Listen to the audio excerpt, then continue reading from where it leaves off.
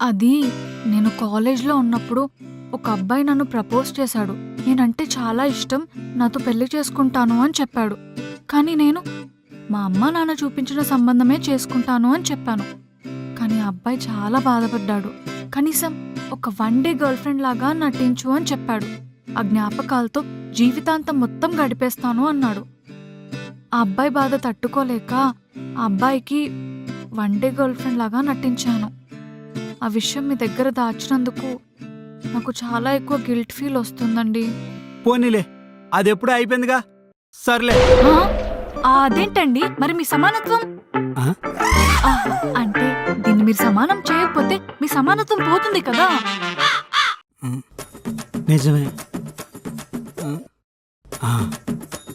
పక్కింటి అనితా గారి దగ్గరికి వెళ్ళి ఏదోలా ఒప్పించి ఆమెను వన్ డే గర్ల్ ఫ్రెండ్ చేసుకుంటా. అప్పుడు సమానత్వం సమానం అయిపోద్ది.